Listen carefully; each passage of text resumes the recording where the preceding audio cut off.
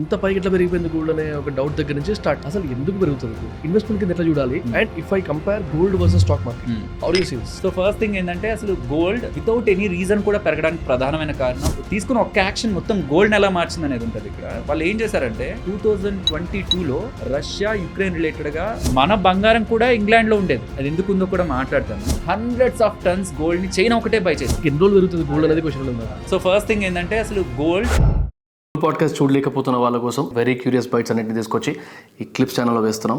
Do subscribe Raw Talks clips. అయితే ఇప్పుడు ఇందాక గోల్డ్ గురించి టాపిక్ వచ్చినందుకు ఐ హ్యావ్ అంటే ఈ రీసెంట్గా కొంచెం అబ్జర్వ్ చేస్తుంటే షాక్ అయిన ఉండే అనమాట.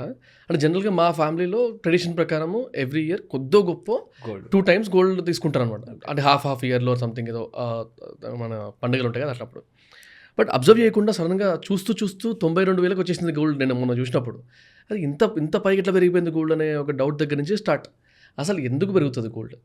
ఇప్పుడు మీరు ఇందాక ఇన్వెస్ట్మెంట్ ఆస్పెక్ట్లలో గోల్డ్ కూడా ఒకటి తీసుకురావచ్చు అన్నారు. నాకు జనరల్గా ఇన్వెస్ట్మెంట్ అనే ఒక థాట్ ప్రాసెస్ లేదు. జనరల్గా పెళ్ళిళ్ళకి వాళ్ళకి అంటే సంవత్సరానికి తులం కొనుక్కొని పెట్టుకుంటూ ఉంటారు, అది వింటా. కానీ మన ఫ్యూచర్ ప్లానింగ్కి ఇన్వెస్ట్మెంట్స్కి గోల్డ్ మీద ఇన్వెస్ట్ చేయొచ్చు. ఎందుకంటే గోల్డ్ జనరల్గా కూడా ఒక పర్సనల్ థింగ్ కదా, అమ్మాలంటే అమ్మబుద్ధి కాదు. సో ఆ సెన్స్లో ఆలోచిస్తే ఇన్వెస్ట్మెంట్ కింద ఎట్లా చూడాలి?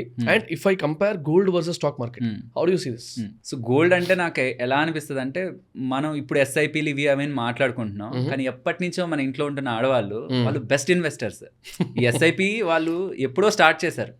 అక్షయ తృతీయ వస్తున్నా లేకపోతే అదే సమ్ గుడ్ అకేషన్స్ లో వాళ్ళు గోల్డ్లో టైం టు టైం ఇన్వెస్ట్మెంట్ చేసి నీడ్ ఉంటున్నప్పుడు దాని ఒక ఎమర్జెన్సీ ఫండ్గా కూడా ఇంటికి అందించే ప్రయత్నం చేశారు. So coming to the gold, recent టైమ్స్లో నువ్వు గమనిస్తే చాలా ఎక్కువ పెరిగింది.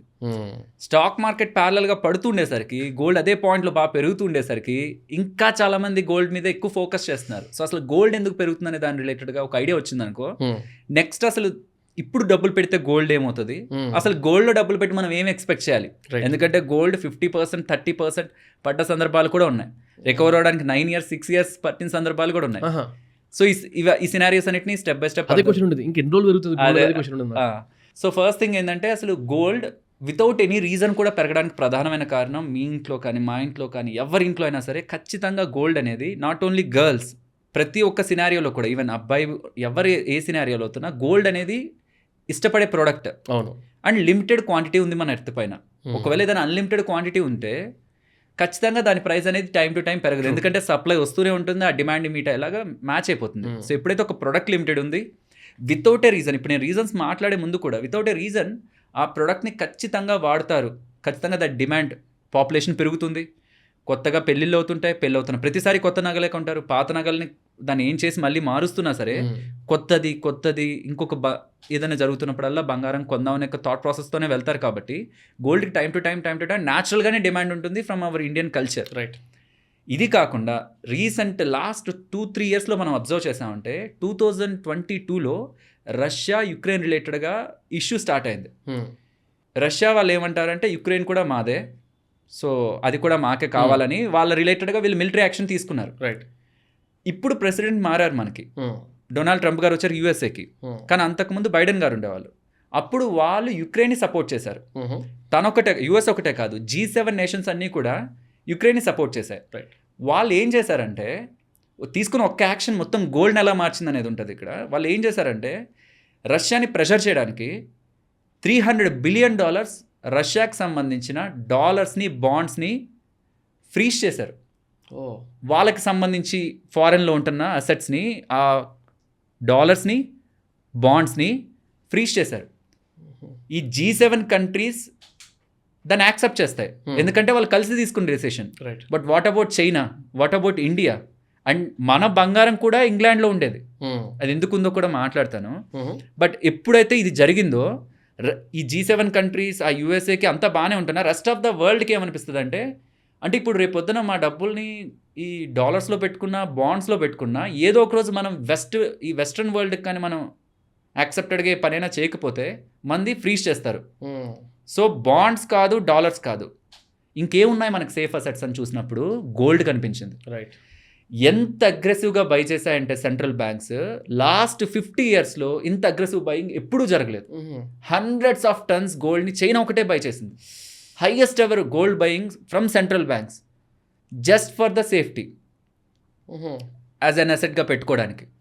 ఓకే. ఇది main reason. Without any logic మనకి రీసెంట్ టైమ్స్లో పెరుగుతుంది. అండ్ కమింగ్ టైమ్స్లో కూడా దీనికి స్టెబిలిటీ ఇవ్వగలిగేది సెంట్రల్ బ్యాంక్సే. ఎందుకంటే ఇప్పుడు వచ్చిన ట్రంప్ గారు కూడా చాలా అన్సర్టెన్గా ఉంటారు కాబట్టి నువ్వు డీ డాలరైజేషన్ రిలేటెడ్గా కూడా సో చాలా వరకు ఏంటంటే ఇప్పుడు డాలర్ నుంచి పక్కకు వెళ్ళాలని చూస్తున్నాయి.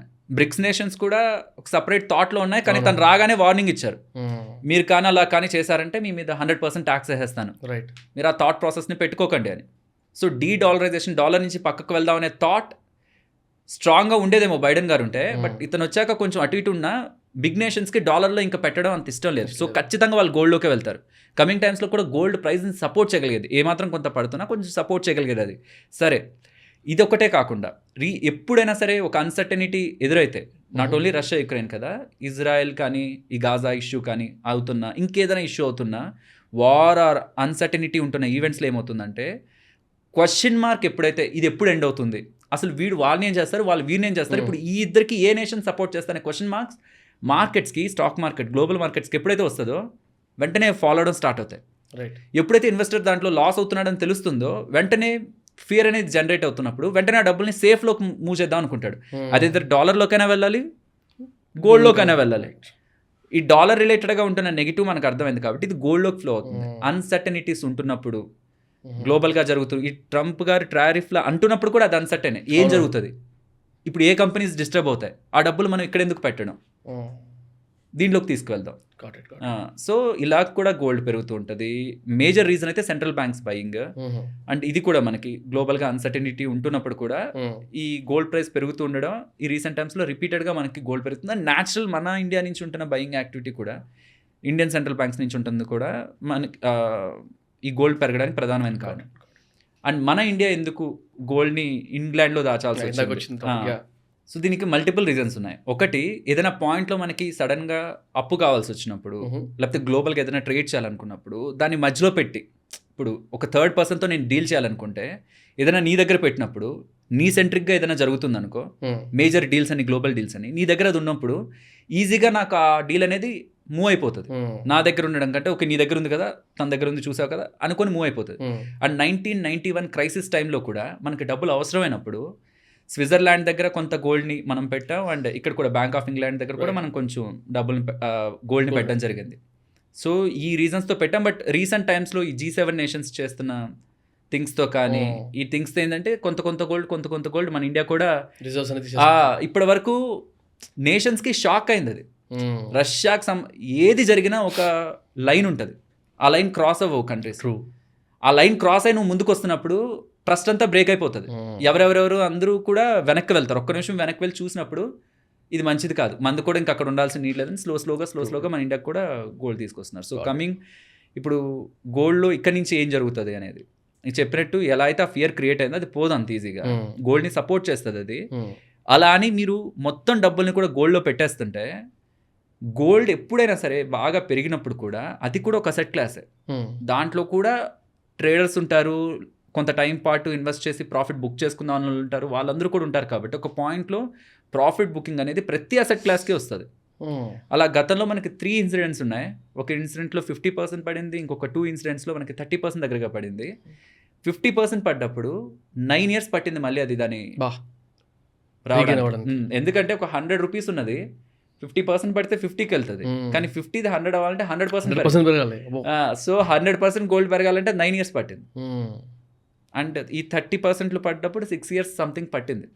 సో ఏ అసెట్ క్లాస్ అయినా సరే పెరుగుతుంది కదా అని అప్పుడు మనం ఎంటర్ అయిపోతే, ఏది పెరక్క ముందు కాదు, పెరుగుతుంది కదా అని అప్పుడప్పుడే మొత్తం ఎంత పెట్టేస్తే అక్కడ కూడా రిస్క్ ఉంటుంది అని గుర్తుంచుకోవాలి. సో గోల్డ్ను కూడా నేను 5 years లోపల ఎందుకు పెట్టలేదంటే 6 years రిస్క్ మనకు కనిపించింది కాబట్టి అంతకుముందు. ఇది కూడా 5 years కాదు, ఇది కూడా ఇన్వెస్ట్మెంట్ పర్పస్తో చూస్తే ఇది కూడా 6 years దాన్ని మించి మనం పెట్టుకోగలిగితే ఆ రిస్క్ మనకు ఎదురైనా మన అసలు కంటే బెటర్ మనం చూడగలుగుతాం. Thank you for watching the clip. Full podcast చూడాలనుకుంటే కింద డిస్క్రిప్షన్లో లింక్ ఉంది, గో వాచ్ ఇట్.